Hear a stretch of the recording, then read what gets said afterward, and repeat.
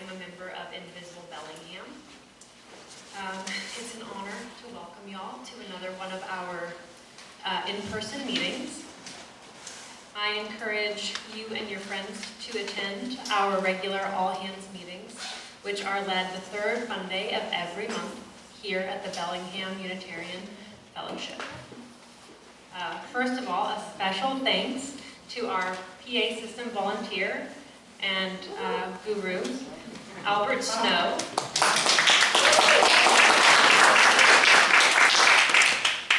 He makes the sound work, and he does that for us and for many events around Bellingham. I'd also like for us all to take a moment to acknowledge that this beautiful place that we live, Whatcom County, is the traditional, ancestral, and unceded territory of the Lummi and Nooksack peoples, the original inhabitants of this land who are still here and who continue to honor and bring to light their ancient heritage. We humbly offer this land acknowledgement with gratefulness for their enduring care of our shared lands and waters. May we honor and nurture our relationship with our Coast Salish neighbors as we shoulder our shared responsibilities to their homelands where we all reside today. And while land acknowledgement is necessary, it's on its own insufficient, since we continue to benefit from and gain privilege from occupying this land. We want to move beyond this land acknowledgement to action, and our Indivisible Leadership Corps has pledged to donate to programs and funds that support and strengthen the communities of the local Coast Salish people, including the Lummi and Nooksack nations. For tonight, we've chosen to highlight the Lochtimish Foundation. The Lochtimish Foundation is a tribally chartered 5013 nonprofit organization of the Lummi Nation that launches, implements, and oversees projects to support the overall strength and wellness of the community. By focusing on strength-based projects and culture and empowerment, the foundation supports arts and culture, youth and education, Lummi veterans, health and wellness, women's empowerment, and community service. The Indivisible Core Crew leaders have personally donated $200 to this foundation, and we encourage you, our members, and our audience to take action and contribute tonight. On the chairs that you are sitting in and around you, you'll find a paper with information on the foundation website, and there's also a QR code for easy donation. If you have any questions, you can reach out to the folks in the back who are great with QR codes. Good for you. For those of you who are joining tonight who may not be familiar with us, we are Indivisible Bellingham. That's the group putting this together. And this is our mission statement. Indivisible Bellingham is united by the principles of fairness, inclusion, tolerance, and a just society for all through nonviolent civic engagement, political involvement, and consistent pressure on elected officials. We have organized and supported numerous actions since our inception after the 2016 elections. As a group, we agree with the words of Joan Baez, "Action is the antidote of despair." The work we do requires some funding, and we welcome any help to defray the costs of our activism. We are an all-volunteer, nonprofit organization, and by the goodwill and generosity of our members, we get by. We have many costs that you are welcome to contribute to, including rented space, including costs for our website, etc. We have these lovely buckets that if you want to, you can contribute in. And finally, I am happy to introduce tonight's program. The candidates for the Whatcom County Sheriff. Just one moment. Our candidates. Under Sheriff Doug Chadwick is a 29-year veteran of the Whatcom County Sheriff's Office. He joined the Sheriff's Office in 1994 and has held every rank within the WCSO, as as well as numerous specialty positions. He has served as undersheriff. He's currently serving as undersheriff. Second in command to Sheriff Bill Elto since 2019. He's a Whatcom County native and graduated from Mount Baker Senior High School and Western Washington University, where he received a Bachelor's of Science in Biology. Chief Donnell Tanksley currently serves as the Blaine Chief of Police. He has spent 30 years in law enforcement, including 21 years as a police officer in St. Louis, Missouri, working his way up the ranks to lieutenant. He also worked as the Assistant Chief of Police at Western Washington University and the Chief of Police at Portland State University. He retired after 22 years of serving in the U.S. military. His formal education is in management. He holds a bachelor's degree from National Louis University in Chicago, a master's from Fontbonne University in St. Louis, as well as 4 associate's degrees. Tank serves currently on several community boards and committees throughout Whatcom County. Please welcome them.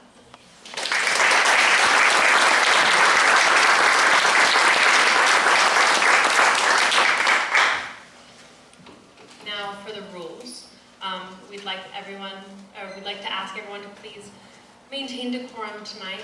Any disruptions from audience members will not be tolerated, and those persons, if any, will be asked to leave.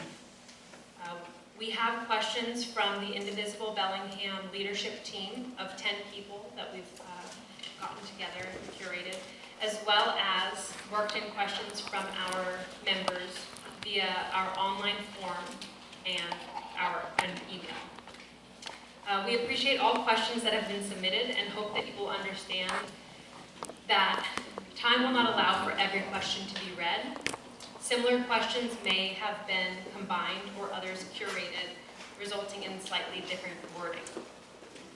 If you have any questions that haven't been asked during the meeting, we encourage you to meet with our candidates after the meeting ends at 8:30 or 9-ish, somewhere in there, if they're able to stay afterwards.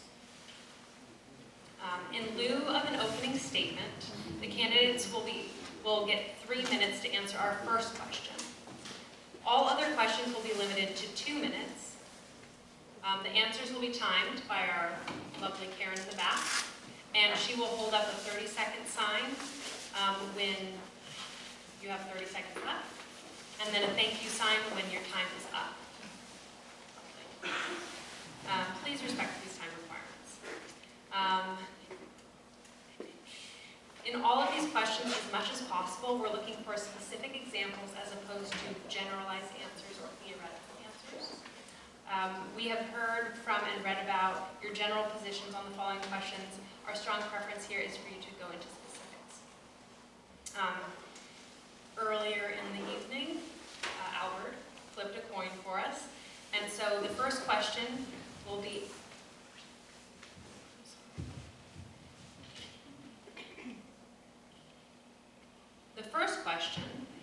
answered by Under Sheriff Chadwick, and the second one, I'm sorry, hold on.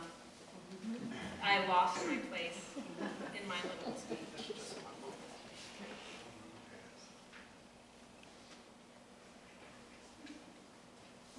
Sorry, thank you. And first it will be answered by Under Sheriff Chadwick, and then by Chief Tank. And then the second one will be switched, and so on. Make sense? Yeah. Beautiful, thank you. So, are we ready? All right. Question 1, please tell us why you are running for sheriff and why you deserve our vote. Well, thank you. Again, my name is Doug Chadwick. I'm a lifelong resident. I'm a current undersheriff, and I'm a 29-year veteran of the Whatcom County Sheriff's Office. I'd like to thank Indivisible Bellingham and Unitarian Fellowship for hosting this tonight to educate the voters on not just the race of sheriff, but public safety in general here in Whatcom County.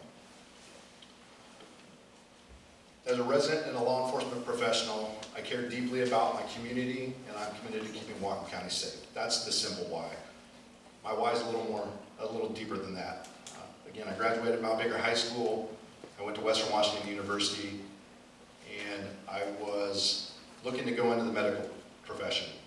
But as I moved through, there was a case that occurred in 1989.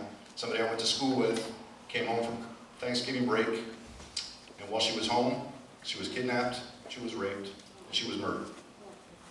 And I knew some of her family members, I knew her friends, I knew her teammates, and I knew her classmates. And I saw how that impacted each and every one of them, and I saw how it really shook the sense of security of our community, and not just the South Fork Valley, but Whatcom County. If you were living in Bellingham at that time, everybody remembered that, and everybody, for the first time, how could something like that happen here in Whatcom County? So I focused on law enforcement. I applied with the Sheriff's Office, and like I said during the introduction, I've risen through the ranks to my current rank as Undersheriff. As opposed to a small police department, the Sheriff's Office is a large, complex organization. It's not just law enforcement. We're responsible for countywide law enforcement, corrections, and emergency management services to include search and rescue. That includes over 200 employees, a $41 million budget, and we cover an area over 2,500 square miles, which is larger than the state of Delaware. So we do that from Point Roberts down to New Halem, from Birch Bay to Mount Baker, down to Lake Samish. It's a large county that borders Canada to the north, which brings a whole host of challenges. I'm the only candidate for sheriff that has the depth of experience and knowledge to step into the role of sheriff on day one and seamlessly transition with the retirement of Sheriff Elfo and maintain public safety in Whatcom County. As a sheriff, I'll continue to prioritize reducing crime and improving public safety. And we'll do that by working together to find the balance between grace and accountability. And I hope by the end of the day, you see me as a candidate who cares, who is compassionate, and who is knowledgeable, and can continue moving forward and improving the Sheriff's Office for many years to come. Thank you. Thank you. I'm Donnell, Tanksley, the Chief of Police with the City of Blaine. So, you know, it's interesting that we all have our own pathways to, I guess, where we are today. And for me, being from St. Louis, Missouri, how I entered law enforcement was just a little different from my opponent. So while living in Ferguson, Missouri at 19, some buddies and I were out trying to go horseback riding and were unjustly pulled over by, I think it was about 8 different police officers or so. There was at least 5 different cars. And on the side of that interstate is where I decided I wanted to be a police officer. It didn't happen right then. It happened about 4.5 years later. And part of that reason is that I know that it had to be a fair and just way. So a few years later, I joined St. Louis Metropolitan Police Department, worked there for 21 years, did a multitude of different jobs. I taught at the Police Academy for 5 years, taught juvenile law and criminal investigation, also was a sergeant in a housing authority unit, and some other assignments. So after 21 years there, I retired, and also during that time, I was also in the military. Spent 22 years in the U.S. Navy and the Air Force. And I moved here to Bellingham as the police chief, as assistant police chief of WW. And that experience, you know, coming from an urban area, working on a college campus to more of a suburban area, it was a good experience. And from there, I went down to Portland State. In fact, I met my wife at WW, and she stayed here. And I was going back and forth from Portland State back up here to Whatcom County. So then Blaine opened up, and I've been there since 2019. Blaine has a history with the Sheriff's Department. In fact, Sheriff Elfo, he came from Blaine Police Department. He spent 20 plus years in Florida, came to Blaine, and then to the Sheriff's Department. So for me, you know, one of the reasons why I'm running for sheriff is that I believe as a community, the issues that we're facing takes really a person that has those connections in the community. Someone like myself that is on different community boards. I've lived in Kendall, now I live in Custer, I lived in Bellingham. I have those community connections. But also, I've lived other places. I lived in Bahrain, I lived in Iceland, I lived in Japan. My opponent would tell you, and he said it a couple times, I've never left. And I believe in a 21st century era, which we are, that we need a 21st century sheriff. Someone that has experience, someone that has lived experience, someone that could take the best of all those different places and bring those in Whatcom County.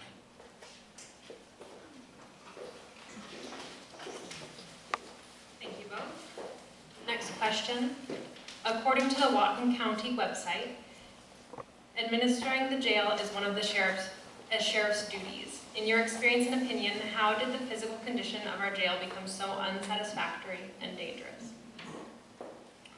Well, I can't speak to the direct causes of that because I haven't worked in the jail. But I will tell you by doing some research that I've done and quite a bit of reading, I think one of the things that we really need to do is take a look at staffing. And not just staffing within the jail, but staffing with public works in terms of maintenance. So part of that is, if elected, I would take a look at least for the last 5-10 years, to see what kind of records we have, to see what type of maintenance plan that we have, to take a look at how much money we spent on what, to do a full inventory of equipment, to in fact see if any of that equipment has warranties and things of that nature. So also, I think, when you do have a regular maintenance plan, that it does lower the cost overall. So for me, it would be to take a look at trying to be proactive than reactive with that. So I can't speak to that because I don't work inside of there, but I do know from my experience as a police chief, from my experience of being in the military and being on warships, that preventive maintenance is instrumental.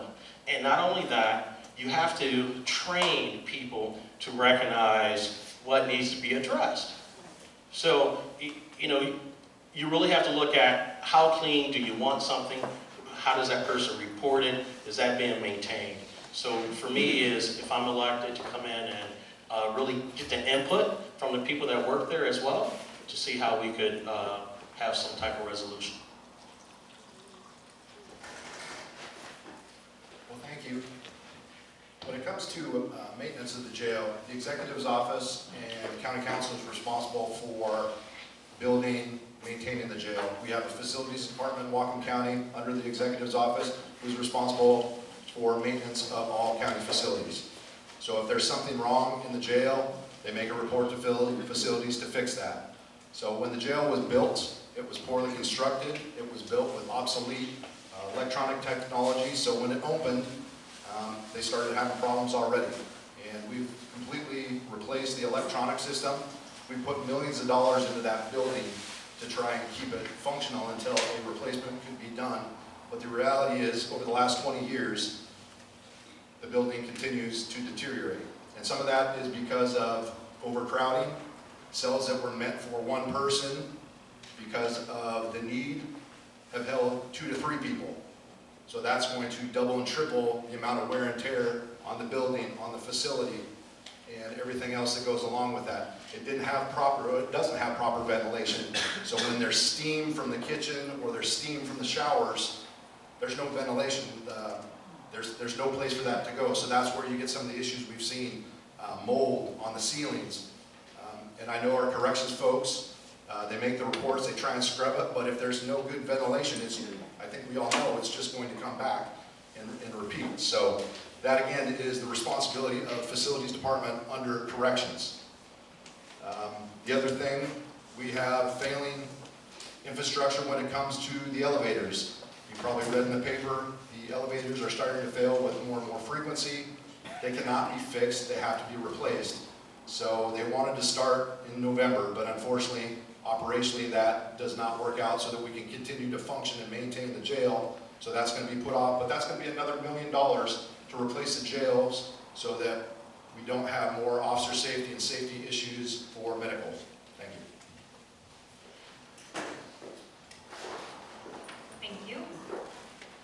Question 3, if the jail initiative passes, it will be at least 5 years before a new jail facility will be ready. What can you do in the interim, or if it doesn't pass, to address the current issues of the inhumane condition of the jail, as well as providing appropriate due process for inmates? How will you improve public safety in the interim as well? Well, you're absolutely right. The current jail is not adequately sized, it's not safe, and it's not humane. We are not able to provide people the space they need for programs. We're not able to provide the space they need for exercise, fresh air, daylight, things like that. So that's something that needs to be fixed when we look at designing a new replacement jail. One of the things that we've done and we'll need to look at again is contracting with other jails to, again, reduce the population of the current jail. If we're able to reduce the population of the current jail, and some of that's being done through diversion programs, trying to affect recidivism and people coming back into the system.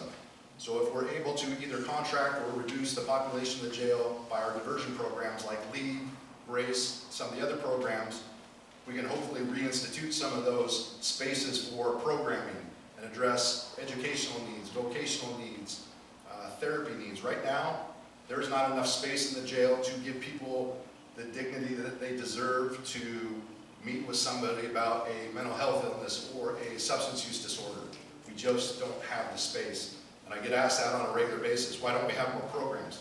We don't have the space to do that. Not that we don't want to, not that we didn't used to, but that space has been used. They literally are using closets and storage rooms for housing people, putting beds, and using for medical. Because one of the things, when they're in our custody, we're responsible for their safety and their security. And our corrections deputies do a great job and take that very seriously. And so I would work on that. And then we just need to work with our stakeholders. One of the other things I would like to do in the interim is have a homeless navigation center nearby. So when somebody's released, we have navigators that can help with re-entry, and they go immediately somewhere. Whether they're not released and walk out on the streets, they can go to the homeless navigation center. They can get some temporary housing, they can get food, they can be connected with services, treatment, all those kind of things. Thank you. Well, I think the first thing we really need to do is do a true assessment of both facilities. So, with that, it's really hard to hear people say, well, it's inhumane. And the question is, how did it get that way? So I think it's high time that we stop blaming people and start looking for solutions and looking for those solutions together. So, if it's mold, how long has the mold been there? Is there something we could do today? Is there something that has been done? I'm sure there may have been. But also take a look at the codes. Have we invited the fire department in? Maybe we have, but I haven't seen those reports. Have we invited the health department in? So getting back to preventative maintenance, right now we can't spend the money on building another temporary jail. We did that once. We also can't look at different contracts like we had before in Yakima and different places. They have the same issues that we have right now with regard to staffing, budget cuts. It's really difficult. So I think we need to take care of what we have as best we can right now. But also that includes extending electronic home monitoring. That means talking with the judges and others, trying to come up with some solutions to how we could, at the end of the day, decrease the number of people that we have incarcerated. Being in jail, the whole purpose is rehabilitation. That's what I've been all about my whole career, and that's what I'm about today. Thank you.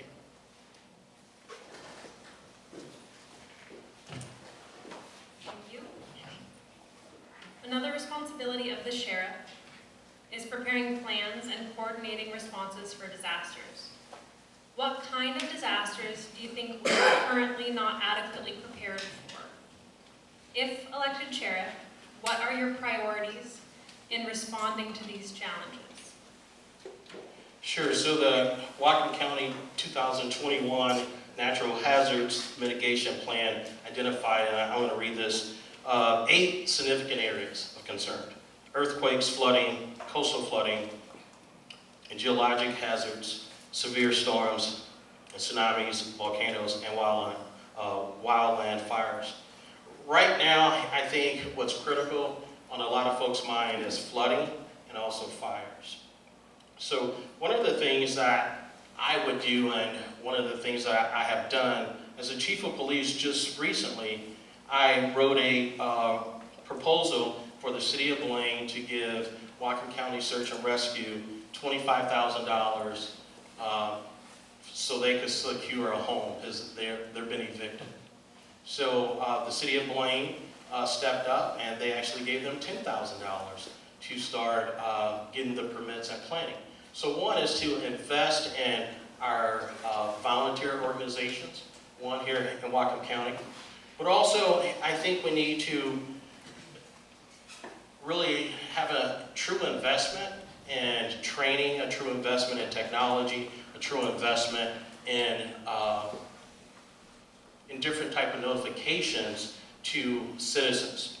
So if you look at the floods in the last couple of years, we were really hit hard. Blaine was spared. But one thing that we didn't do is I don't believe that the Department of Emergency Management responded quick enough. But I will say that some of those things are being mitigated right now. They did hire additional personnel with the assistance of the small cities. So every position that they hired at the Department of Emergency Management is also being allocated from small cities. So again, I think we need to establish and strengthen our partnerships with local, state, and federal agencies. And right now, my time's up.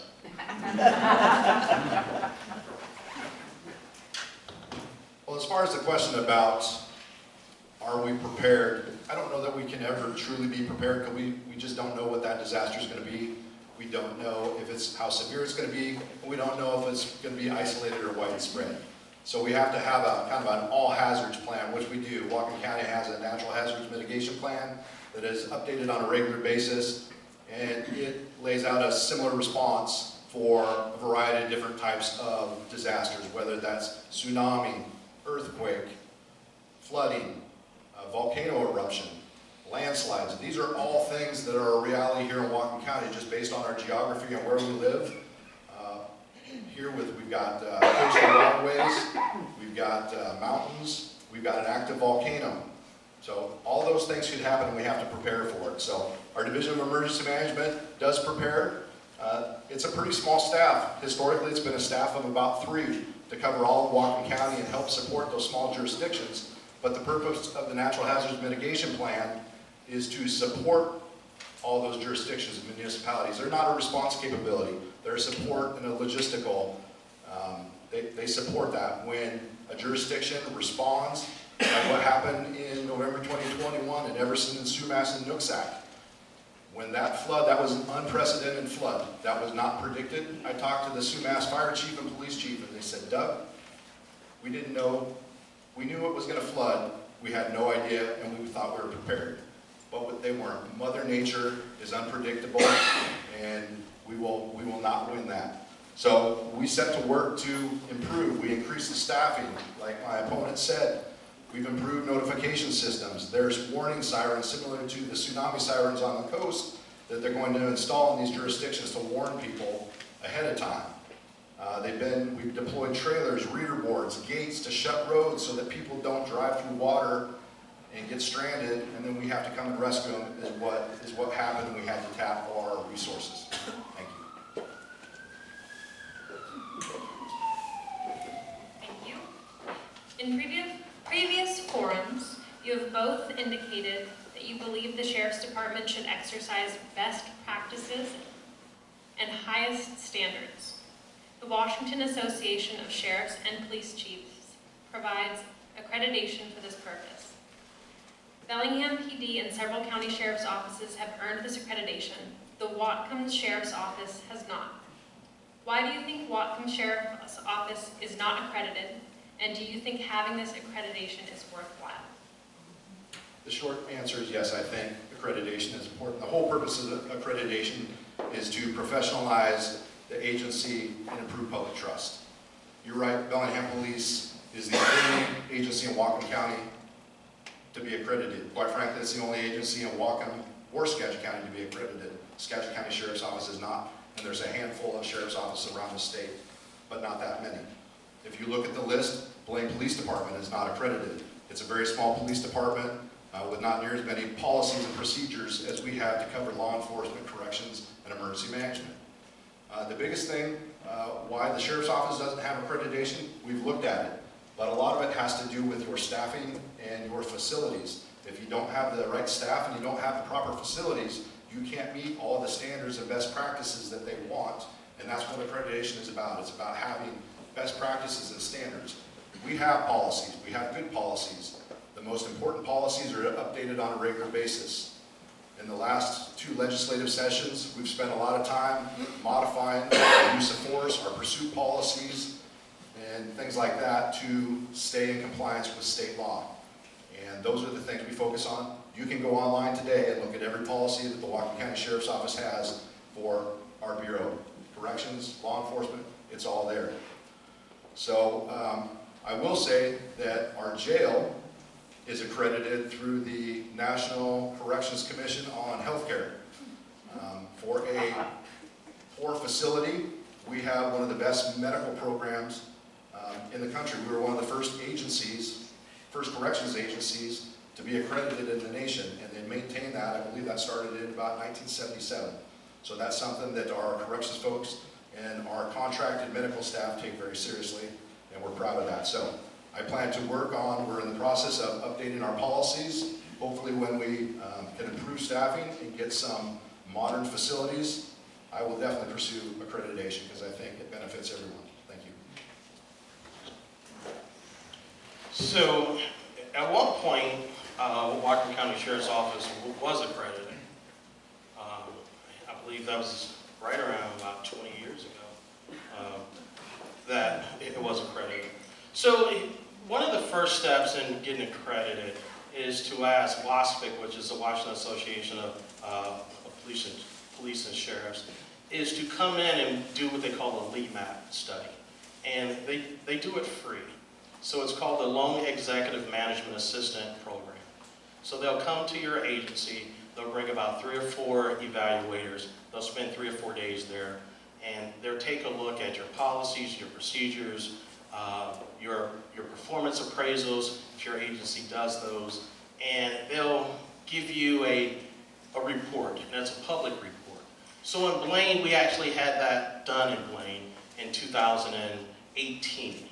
And they came back with about 95 recommendations. And to date, we're actually about 92% of complete with all those recommendations. That's the first step, to have them come in and take a look at it. So, you know, with full transparency, you can't be scared to let people into your house to see what's going on. So, if elected sheriff, that's one of the things that I will pursue right away. And in addition to that, I'm going to ask for a staffing study. So the International Association of Chiefs of Police, they conduct staffing studies for your agencies, free of charge. In fact, we did it in Blaine. And our study is literally, we just received our draft study, and in the next week or 2, they're going to come out with a full study to say, hey, this is what you have, this is your calls for service, this is what your community looks like, this is what's projected. So it's about being transparent. So yes, I do plan to... Sorry, yes. Sorry. I didn't mean to have that go off. I do plan to pursue it.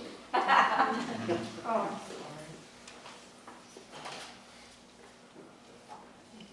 What budgetary issues do you foresee encountering as sheriff? Sure, I think there's going to be a few. So one is staffing, and not just on the law enforcement side, but also on the correctional side. And and for those civilian positions. So it's really important to have a full staff. I know especially on the correction side, it's really been a struggle. So it's about recruiting and seeing how you could get people to want to work for you. But the days are over for, just, people going on the internet. You actually have to go to people. So it's really trying to come up with some innovative ways to find people, go into those communities that traditionally don't enter law enforcement. So staffing is one issue. The ongoing operational and maintenance costs of both facilities with the jail is a tremendous issue. And then, the elephant in the room is how much is it going to cost to build a new justice center? How much is it going to cost for those programs? So I believe it's important to address that. I believe that we have to show full accountability. I think if the jail measure is passed, that we have to make sure everything is accessible to the taxpayers, that we hire a jail planner, we have the financial advisors having reports that's out there for the public to see. But also, I think it's important that we encourage the public to get involved in these different committees to see how their tax dollars are being used. So those are the three issues I foresee: staffing, ongoing cost, and cost of the new Justice Center and programs.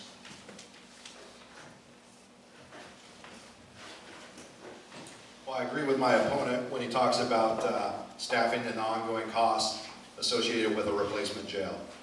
What's being proposed right now is not just a replacement jail, but also significant funding for ongoing behavioral health needs to include a behavioral care center within the new jail facility. So that will be expensive, but it's necessary. As far as staffing, we have seen over the last year or two, inflation is going to continue to go up. 70%, almost 70% of the sheriff's office budget goes to wages and benefits. So that's a significant impact. But we've also seen the impact of failing infrastructure has continued to cost us the replacement of doors in the jail, new elevators, but also equipment, x-ray machines to keep fentanyl out of our jail so that we don't have people overdosing and trying to prevent them from dying while they're in the facility and making sure that we keep them safe. The other thing is we have seen significant increases in both medical and prescription drugs. I think you're probably well aware that we have a medically assisted treatment program within the jail. That's something that we started several years ago. It started out small with probably 5 to 10 people, and we got a new physician who came from an opioid clinic, and that number jumped to about 150 people very quickly. And that is very expensive for the treatment, to make sure that people aren't going through withdrawals and they're maintained. And the other thing is, while they're in our care, we're responsible for their medical care, their dental care. So again, medical, dental, prescription drugs, I think everybody in this room can agree, all those things have gone up significantly, and those are some of the budget challenges we're going to have going forward, making sure that we can take care of people and keep them safe.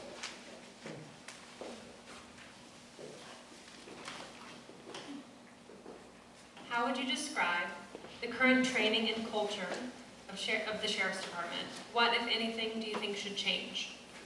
I think when you look at the culture of the Sheriff's Office, it is the lead law enforcement agency in Whatcom County.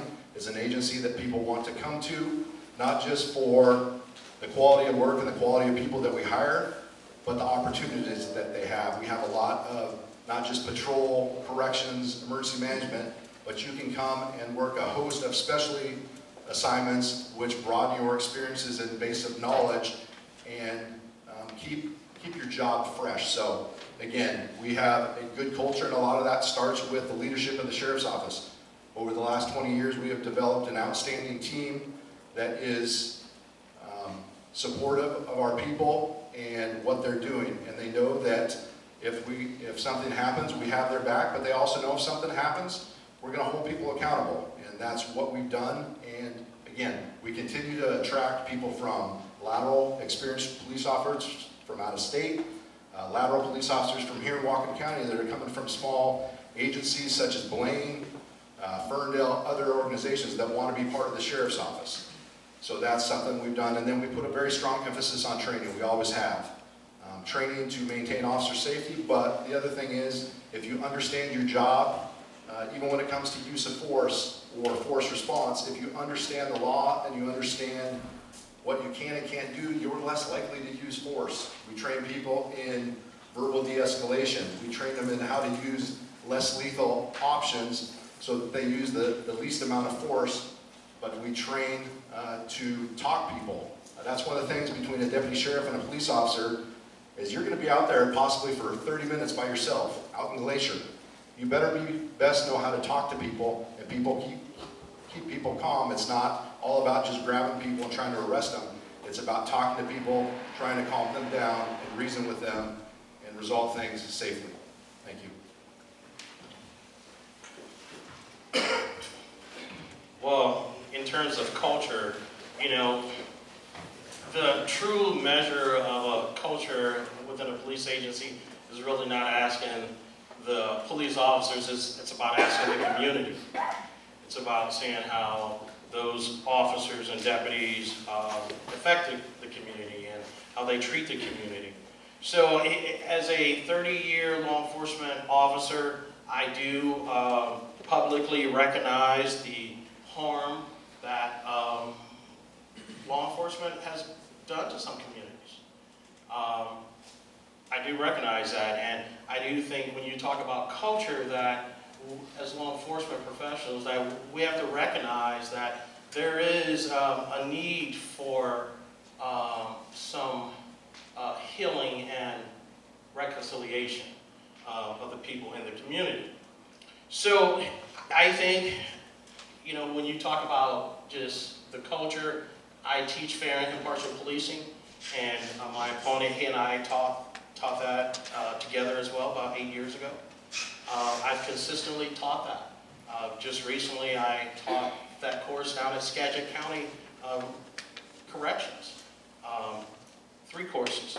So we also really need, and the question talked about training as well.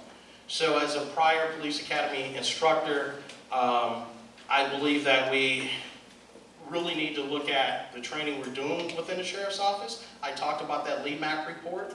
They would do that for us, but also get suggestions internally from the people that's working within the sheriff's department. See what they need. Because a lot of times, we could be doing some training, it's great, we do have mandated training, but there's other training. We have to take a look at the people that work within the sheriff's department to give them some opportunities and some voice. So lastly, I think it's important to go out into our communities and really get some people of color and some people with diverse experiences on our sheriff's department, sheriff's office.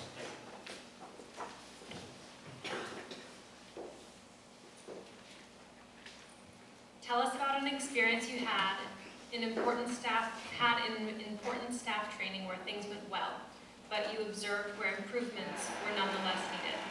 What would be your approach to making these improvements? Sure. So I'm going to go back to fair and impartial policing again. So the first time I taught that course in Blaine was in the winter of 2019. And essentially, fair and impartial policing, it's, in a nutshell, it's about teaching law enforcement officers and law enforcement professionals that we all have biases. But the science of biases shows that if we don't control our biases, those biases actually come into play in the decisions that we make doing our duties. So I was teaching this class, and it was officers from Blaine and other agencies in Whatcom County, and also some officers from our federal partners that were in this training. And at one point, we were talking about racial profiling. And that's very important to me that doesn't happen, because it happened to me. And the officer said that in in a different part of the country where he worked, they were taught to racial profile some folks. That's an issue. So when things like that happen, we have to address it. We can't run from it, and we have to really account for that right then and there. So you have to address it. It might be uncomfortable, but that's what we get paid to do. You can't stand back and not address these different issues. So as your elected sheriff, what I'll do is I'll make sure that we are being constitutional, we are being just, we are being properly trained, and I believe that changes the culture. It also has to come from the top. But lastly, I'll say this. When you talk about culture, it's about your supervisors, your sergeants that's on the street. That's where the change happens, right? I could change policy all day, but if your supervisors do not buy in to the culture, then, as they say, it's not going to work.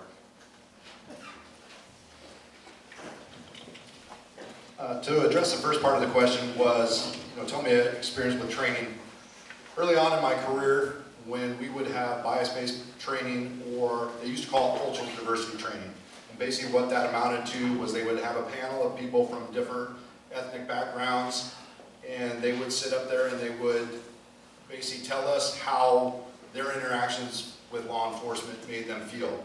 And it was, the perception from law enforcement was it was adversarial. It wasn't a give and take. It wasn't back and forth. It was just, this is how you make me feel, which is important to understand, but it wasn't, a lot of people didn't find it productive. So in 2015, when my opponent and I went through fair and impartial policing, it was presented as a evidence-based, fact-based, process based on science, based on studies, and it really got to the heart of, bias is a human trait. It's based on our experiences. If we have positive experiences with somebody, the next time we have an interaction with somebody similar to them, it's probably going to be a positive interaction.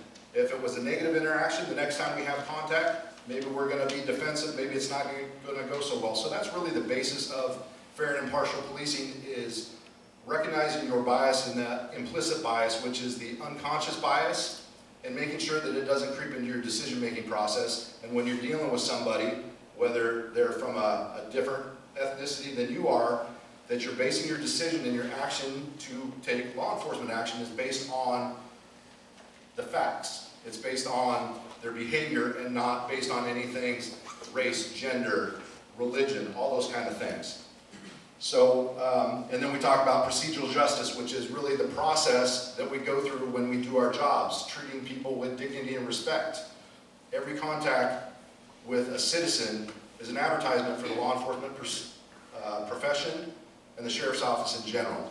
And we emphasize that because it's important, and that's how we maintain that public trust. Thank you.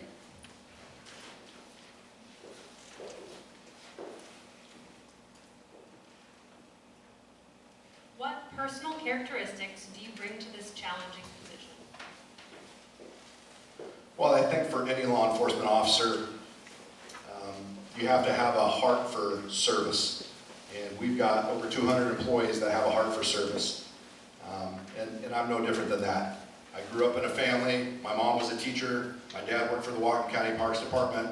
They were public servants providing a service to the public.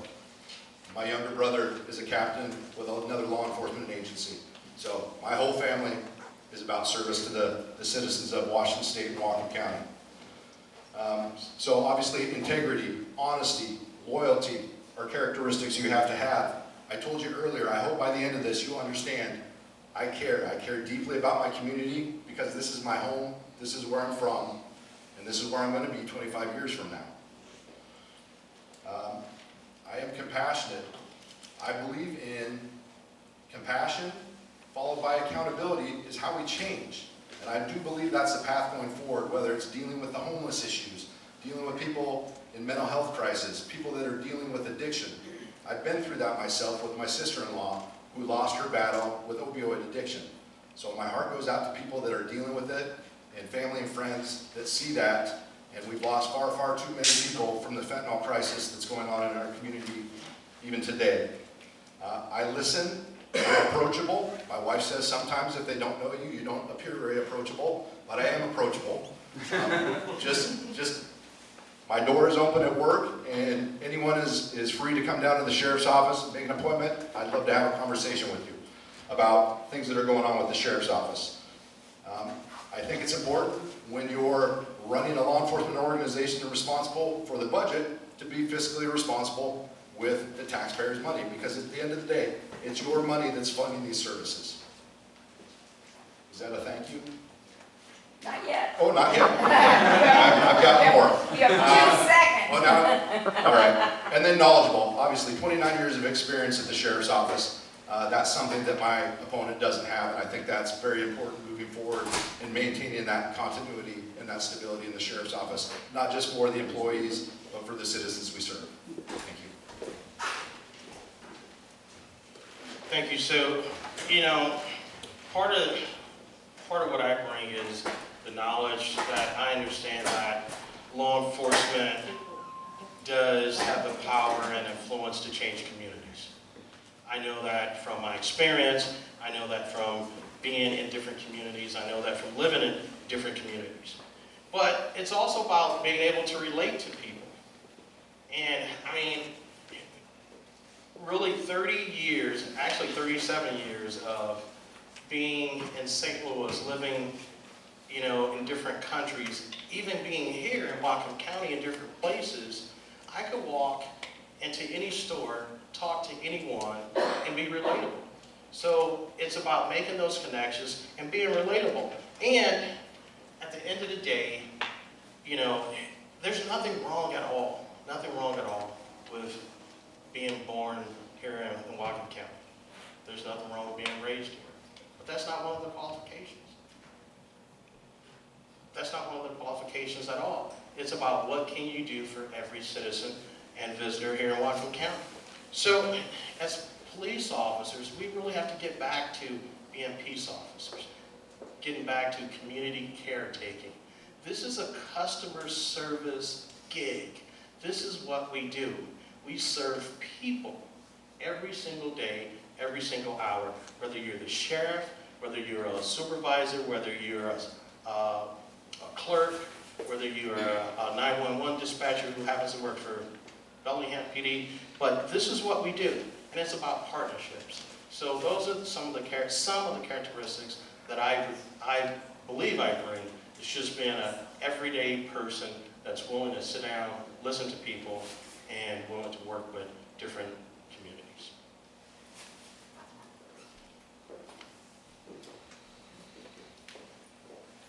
The sheriff has to serve and coordinate with many constituencies, such as the cities, tribes, the public, the state and federal agencies.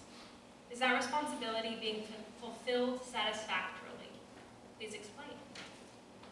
Sure. Well, I mean, when you say fulfilled satisfactorily, I think we all can improve. I mean, certainly. So I will tell you, as a collaborator, being on different boards in the community, just working then on the Incarceration Prevention and Reduction Task Force. I'm the only law enforcement official in Whatcom County that's on the Washington Court's Alternative to Incarceration. And that's a new task force that's looking at all 39 counties to see how we can reduce incarceration and also reduce the cash for bail system to make it equitable. So, you know, it's about relationships. And one of the things that I want to do is, if elected, have a tribal liaison deputy for the Sheriff's Department. I'm endorsed by the Nooksack tribe and the Lummi Nation. So there's some things that we need to do. Continuous community outreach, we certainly need to do that. I know in Blaine we had 2 officers that were certified in crime prevention through environmental design, and that's taken a look at how we can reduce crime around your homes and businesses. So we certainly need to do that. And lastly, enhance transparency and share data. I mean, we really need to do, I think, a better job just across agencies in how we share that data. And lastly, compassion, accountability, and trust. I think that's really important. That's the way I live my life. That's the way I also command as the chief of police.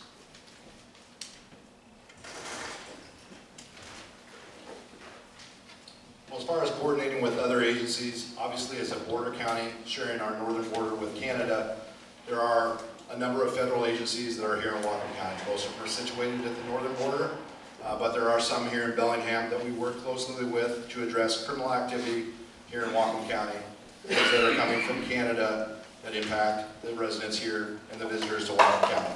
So that could be trafficking of drugs across the border. That could be trafficking of guns across the border. That could be trafficking of persons that are being exploited across the border. We've seen that. We've had homicide suspects that have escaped from facilities in Canada just across the line that have made their way across the border. So there are always things going on along that northern border. I think anybody that's been up there know it is not very secure. There are a lot of people on both sides of the border that are doing their best to keep both their countries safe, but it's an ongoing issue. But we do work with them on a regular basis. We work with our state and federal, or our state partners from the state patrol when it comes to traffic enforcement. We're going to have to stand up what we're doing here locally in Whatcom County. We've had an increase in traffic accidents and traffic fatalities, and we've been advised by the state patrol that they will no longer be doing those investigations for us. So that will require the sheriff's office to increase that responsibility. And then working with the various tribes. Obviously we have the Lummi Nation and we have the Nooksack tribe. We have a long history of working with both of those organizations. And we have concurrent jurisdiction, and we work very closely to keep members, both tribal members and non-tribal members, safe. So that's not just when it comes to drug trafficking. I know Lummi Nation is ramping up their efforts to address the fentanyl crisis. I anticipate that we will partner with them. I worked back in the drug task force years ago, and we did have somebody a detective from the Lummi Nation assigned specifically to address the opioid crisis on the reservation. Thank you.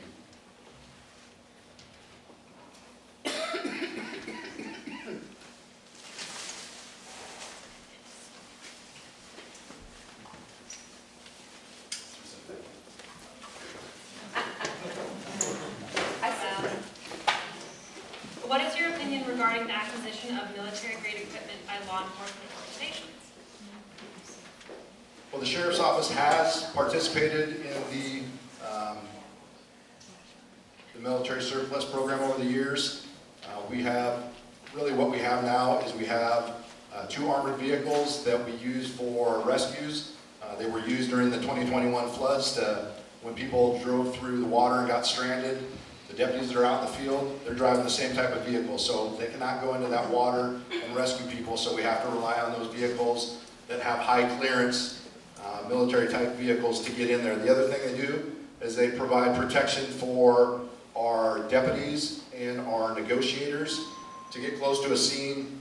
When we have a hostage situation, a barricaded subject situation, we need to get our negotiators close to the scene so that they can make contact, but we also use that to evacuate and rescue innocent victims and witnesses that live in the area. We supported Mount Vernon Police on a barricaded subject where the suspect was firing randomly into the neighborhood, and our vehicle was used to rescue neighbors and get them out of their house, and then again put in a position where we could be there to help take the suspect into custody once he gave up. You've probably also seen down in Seattle, there was an attack on the Jewish Federation building, and they didn't immediately have access to that to rescue elderly people that were in the line of fire. So that's what we do. It's to keep our deputies safe, but it's also to help rescue our citizens. So we have very little of that with the 2021 legislation. It required most of what we had to go back, which was not much. We had a couple rifles that were just spares that we weren't using. Those were returned, and that's other than that, we've got sleeping bags, cold weather gear, because sometimes our folks are out there for 12 hours out in the cold, maintaining a perimeter to try and keep the rest of the community safe. Thank you. So I'll add that in 2022, when every law enforcement agency in Washington was required to give the equipment back, the city of Blaine, we actually didn't have to give anything back because we hadn't taken anything. at that point. But I will tell you that I think it is important, if you do have the equipment and you still use it, to be transparent about that. Make a list of the equipment, let the public know what we have, let the public know the purposes of each specific item. And I think that's fairly simple. So there is a list of things we cannot take. So we can't take drones that are armored, anything such as that, and some other weapons we can't take. But if you do have to take things, well, not have to take things, if you do decide to take them, that's within the law, just list it and let the public know what we have. So I think if we do that, we wouldn't be in a position to, for the public to believe that we're trying to hide something. So that's one thing that I would do. I would just make it public.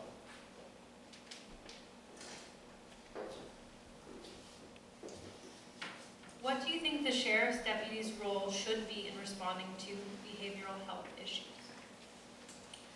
Sure. So I think first that we should respond from a place of compassion, a place of understanding. Since I've been in this race from day one, I've talked about increasing the amount of training that deputies have in terms of crisis intervention. There is a course, a 40-hour course, which we can be certified on in crisis intervention. And right now, if we do send officers or deputies, we send them to King County or Pierce County, Spokane, and they spend a week down there and they learn about resources in those counties. But they come back here certified. Those programs are actually under the umbrella of the sheriff's office. And we don't have that here. So if elected, I would coordinate with the different stakeholders to make sure that we could have our law enforcement officials and first responders trained right here in Whatcom County. I do also think that we should strengthen the co-responder program that the Sheriff's Department was involved in with the Health Department. As I understand it, that program is defunct now. But if elected, I would really like to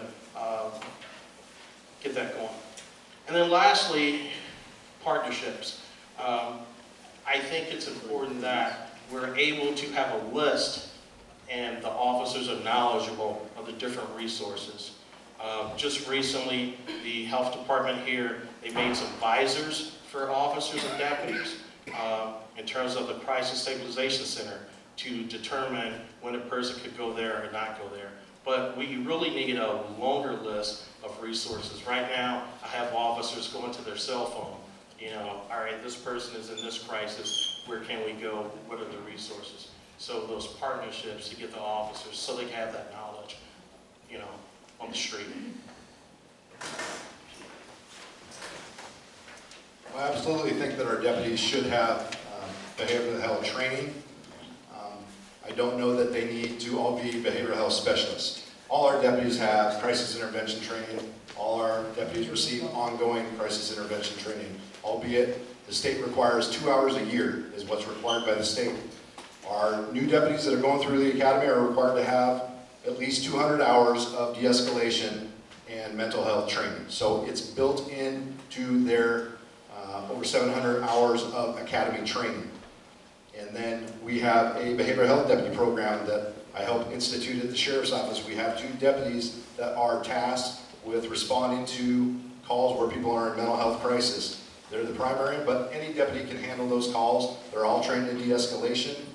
They do that through a class called Patrol Tactics, where part of the de-escalation is using time, distance, and shielding, which is basically put something between you and the suspect so that you don't have to use force and continue to use time and distance and keep talking until you can de-escalate the situation and talk people into cooperating. So that's something that all our deputies are trained to do and they're equipped to do.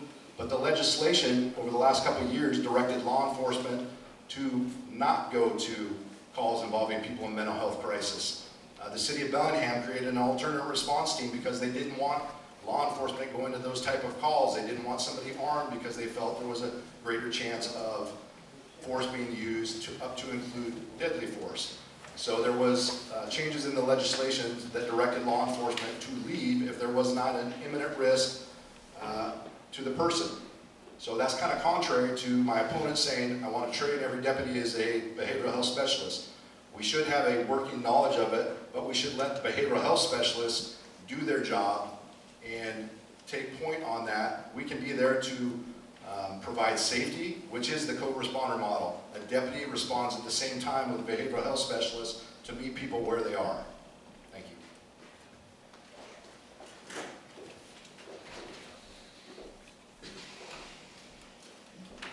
Now I'll ask each candidate to make a concluding statement before, if we have time, which I think we will, before having a little bit of time to answer the community questions.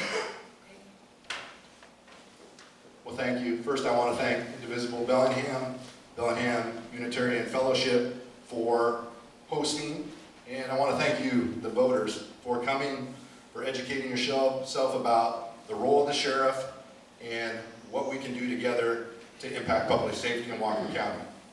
As I said before, Whatcom County is the only home I've ever known, and I am committed to making our community better and keeping it safe for your family, for my family, and for future generations. I have a vision for Whatcom County that includes collaboration between the Sheriff's Office and the citizens that we serve. Together, we'll reduce crime and improve public safety for all that live and visit here. Together, we'll build a modern jail that meets the needs of correction staff, meets the needs of offenders, and meets the needs of our community to improve public safety. Together, we will reduce the amount of dangerous drugs such as fentanyl coming into our community and hold those that profit off addiction accountable for their actions. Like I said, as a narcotics detective, I've seen that. As a family member, I've seen the heartbreak of losing a family member to fentanyl and substance use overdose. And finally, together, we'll enhance resources, improve plans to respond and manage natural disasters by increasing staffing, increasing resources, and educating the public on things that they can do to really be the first responders until we can provide additional resources and assistance. As I said earlier, I'm the only candidate for sheriff that has led a sheriff's office and has the depth of experience and leadership that can step into the role of sheriff on day one to have a seamless transition to provide public safety to meet our community's ever-changing needs. You can't replicate my experience in the community or at the sheriff's office. I humbly ask for your vote, and I would be honored to serve as your next sheriff. My name is Doug Chadwick, and together we will work for a safer tomorrow.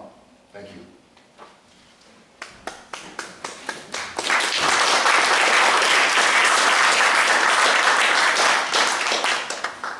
Well, I do want to address this notion that not all deputies should be a behavioral health deputy. I certainly think every police officer in this country should be a behavioral health police officer. I mean, that's just what I truly believe. So, I'm Donnell Tanksley. I am the only candidate here that has led as the #1 person in a law enforcement agency. In fact, 2 agencies. So, I bring a wide breadth of experience, of lived experience, and also a fresh perspective. In fact, Whatcom County had elected an internal sheriff in over 40 years. And there's a reason for it. Because they want that outside perspective. They want to have someone that is going to bring a difference in experience. Not someone that necessarily only worked in one place their entire career. Public service is my passion. I focused on reducing and preventing crime through community-focused, data-driven initiatives. In St. Louis, in fact, I led a event where people on probation. Actually, maybe it was about 40 or 50 people. We tracked those folks and gave them services. We tracked them over 5 years and to track how the recidivism decreased, and it worked. So this is a community effort. It's a holistic effort. It's essential that we all work together to increase public health and safety here in Whatcom County. We can't do it alone. We cannot arrest ourselves out of this situation. So I'm Donnell Tanksley. Please vote for me for your sheriff of Whatcom County. Thank you.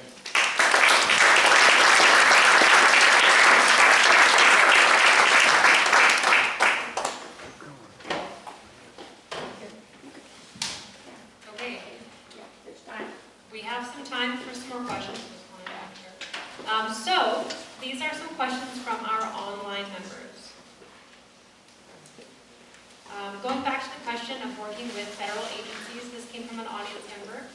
How does the Sheriff's Office interface with the federal immigration authorities?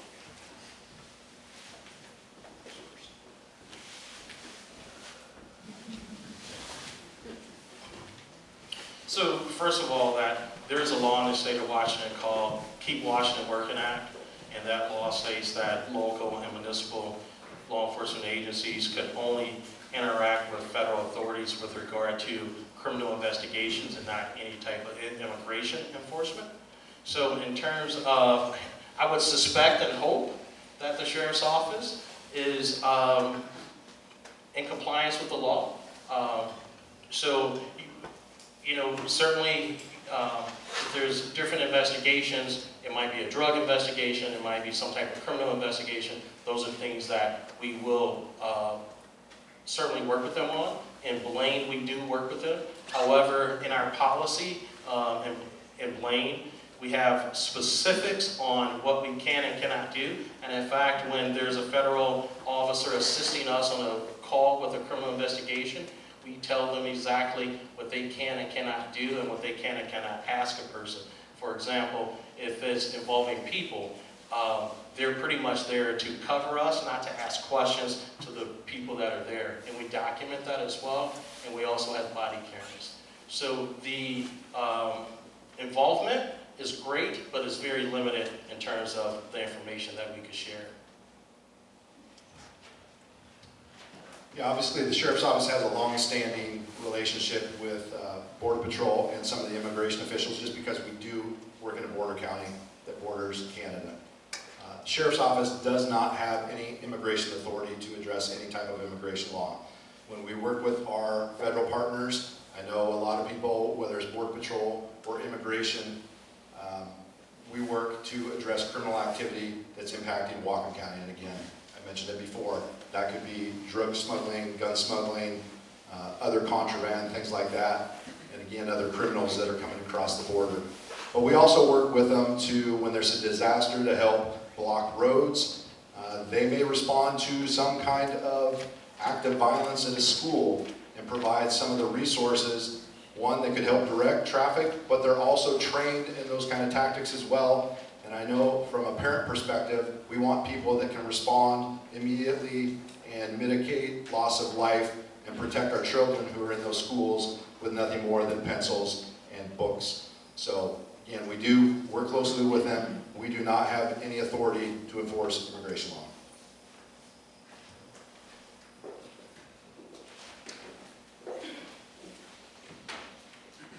A number of our members have asked about protection for women's privacy and reproductive rights when traveling in the country. If you are the next sheriff, will you and your staff support state laws protecting reproductive rights? How will you respond to any law enforcement requests from other states to assist in this interference, investigation, or prosecution of any individual seeking abortion or other reproductive services in our county? Well, I think in the state of Washington, the law is pretty clear as far as that that's legal, and that's not something that the Sheriff's Office is going to involve ourselves in. We are law enforcement officers, we follow the law, so that's not something that we're going to get involved in, prevent somebody from doing, because we can't. That's not what we do. We follow the law, we are law enforcement officers. So whether that's somebody here in Washington State or somebody that's come here from another state, The governor in the state of Washington has made that very clear on what the law is when it comes to reproductive rights. So I certainly second what my opponent said, but you know, I would also say that I'm the only candidate that's endorsed by Pro-Choice Washington and Planned Parenthood. So it's about also having trust, trust in your law enforcement official to do the things that they say that they'll do. Thank you. This question is from an online member. How will the Whatcom County Sheriff's Office hire and retain personnel who will promote and maintain a culture of racial equity and inclusion? So the question was, how would they hire? How will they hire and retain personnel? Sure, so I believe that in terms of hiring, again, I kind of talked about this earlier, that we have to hire in non-traditional places than we have before. We certainly, I believe that some of our younger officers and staff members, that we need to take them along to connect with people that are interested in law enforcement. But it's also important to take a look at what the Whatcom Racial Equity Commission is going to be doing too recently. So I was part of that stakeholders group, and I know that within systems of hiring that there are barriers to people, you know, to get hired, not only within law enforcement, but I think other government jobs as well. So it's really to take a look at our structure, to take a look at not only the mandatory requirements, but are we doing anything as a sheriff's office that's preventing qualified people from being, you know, from actually completing those applications. But also it goes back to the culture, is that, you know, does a person want to work there, and if they don't, why don't they? So I think we need to take a deep look into that, and I think once the Whatcom Racial Equity Commission comes online, that we would definitely invite them in to take a look at our policies and procedures. Well, the Whatcom County Sheriff's Office, I think, is reflective of the overall community at large. As Whatcom County becomes more diverse, so does our Sheriff's Office. And we recruit, we have high standards, and we go out and we recruit everybody from every different background and encourage them, if you're passionate about service and you want to give back to your community, that's the best way, one of the best ways to do it. And over the years, we've seen quite an increase in the amount of people from different ethnic backgrounds that have joined the Sheriff's Office. I think if you look at our Corrections Bureau, you look at the percentage of Whatcom County's population, and you look at the percentage of some of those different ethnicities in the jail, we exceeded. And I think I teach community relations at Whatcom Community College. I'm an adjunct instructor, been doing that for several years. And one of the things we talk about is when you are trying to improve public trust, people want to see a police department that's reflective of the community that you serve. And when they see somebody that is like them and probably has similar experiences to them, they're more likely to reach out, they're more likely to cooperate, they're more likely to provide information. The other thing we've done is we've been working with a community relations consultant to go out to the Sikh community, the Ukrainian community, and talk to them and encourage, one, their youth to pursue a profession in law enforcement, but also talk to them about their perceptions of law enforcement. And what I find, especially when I talk to people that are Hispanic, people that are from the Sikh community, is they come from a country where the police were corrupt and they did not trust them, they did not respect them, and when they moved to this country, that's their experience. We talked about biases, we talked about stereotypes. That's all they know, so when they come here, they just assume that all law enforcement is the same. So it's really imperative that we educate them and show them that we're different, that we care, and that we're there to help them.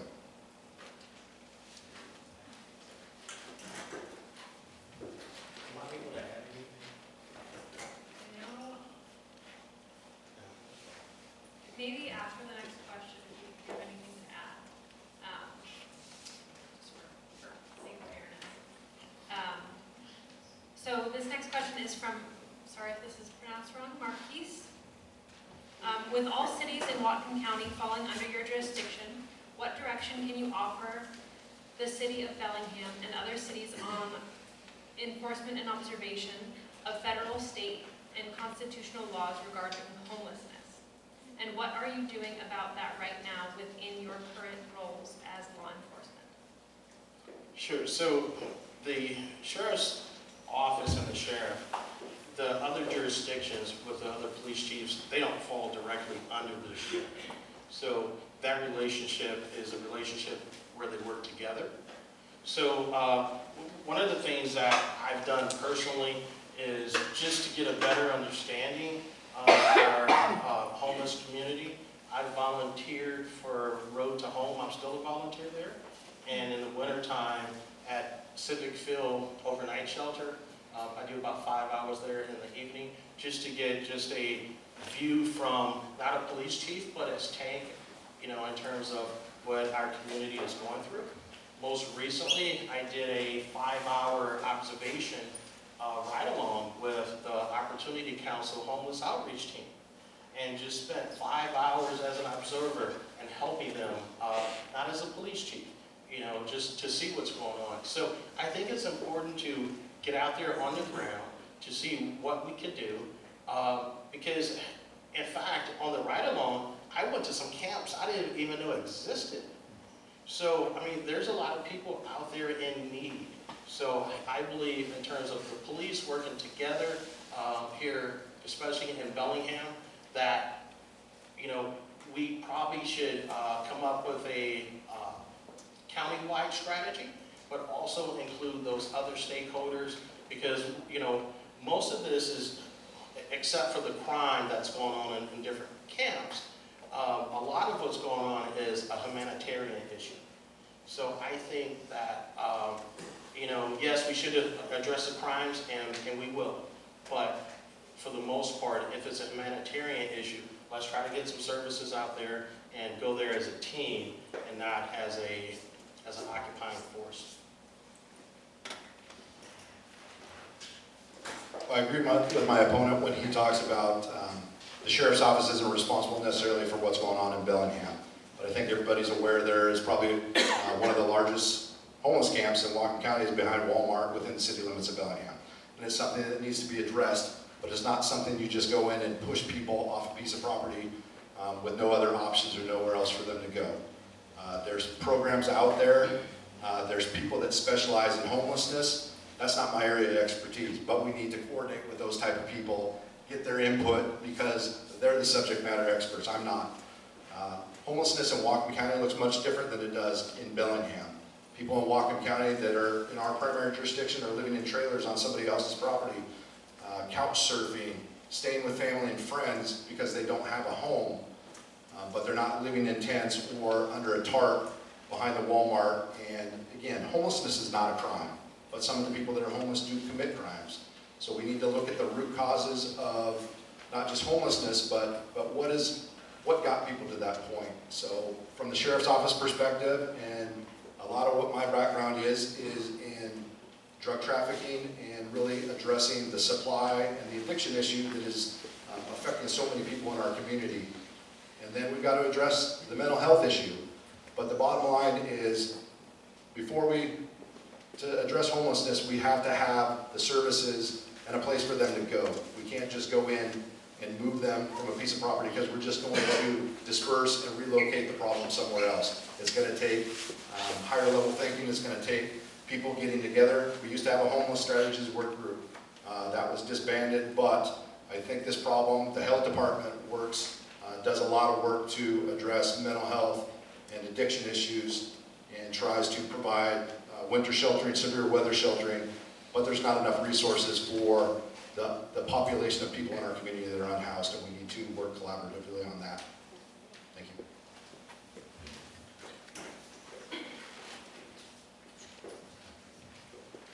All right, that is all the time we have. Let's give a round of applause to both of them.